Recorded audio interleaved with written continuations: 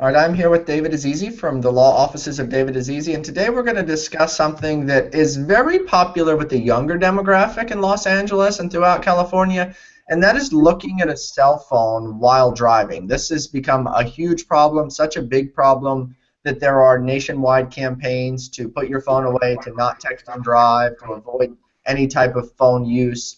But what a lot of people are doing now is they're reading their news while driving. And years ago, you remember seeing people with newspapers and books, and that obviously wasn't safe. Well, today, a lot of people now get their news through Twitter or through Facebook or some on Snapchat in their phone, and they are driving, but they're doing this. They're looking down at their phone.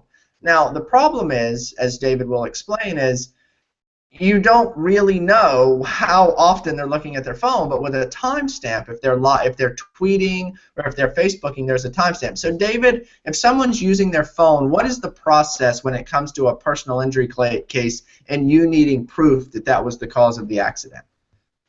Well, like you said, as time has gone past since we now have phones and technology that everybody gets to use while they're driving, which is unsafe. But at the same time, we have other technology, like, for example, in truck drivers, a lot of the employers are now putting cameras in their trucks to monitor the truck driver.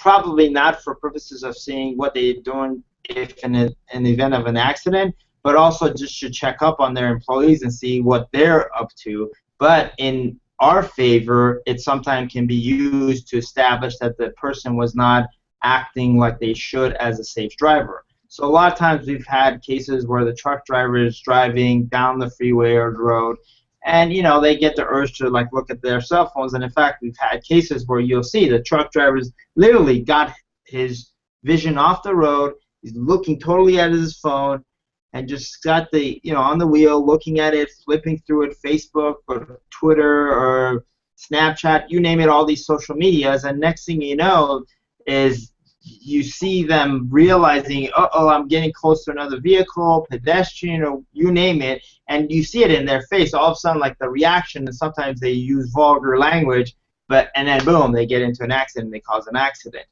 In those cases, it's easier to prove that this person was inattentive, wasn't paying attention.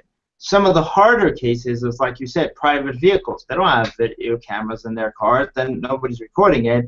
And so sometimes, if you get lucky, there'll be a witness who was driving alongside this particular unsafe driver, and they noticed that this person looking at their phone the whole entire time.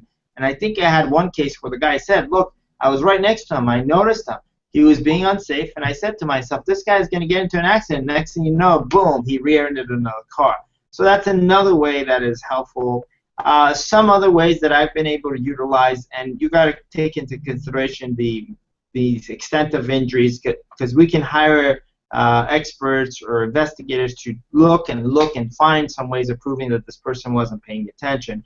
One way is a lot of times there's a lot of businesses around. You have cameras. Sometimes they're pointed in certain directions. They can catch the driver of a vehicle, and depending on clarity, you can see if they're not paying attention. They have their head down. Nowadays, the cities have a lot of cameras at certain intersections that are recording at all times. That's another way that you can perhaps be able to figure out what's going on. We had a case where one of our employees was crossing the street, and she had the right of way, and another person was looking at their phone. The foot got off the brake, ran over our client, and luckily there was another bus driver that was across the street. She basically, it was a hit and run, took off, made its turn, but the bus was right there and had a camera that was recording everything at the same time, and it caught the license plate, so the police was able to get her. So there's ways of being able to prove things of this nature, but it's being creative, knowing how the business is, and having the experience, and by all means, then you'll be able to prove your case and be successful in recovery. Absolutely, and if you have any questions related to this, please feel free to contact the law offices of David Azizi. You will see the phone number both above and below in the YouTube video information. Thank you for your time, David. Thank you.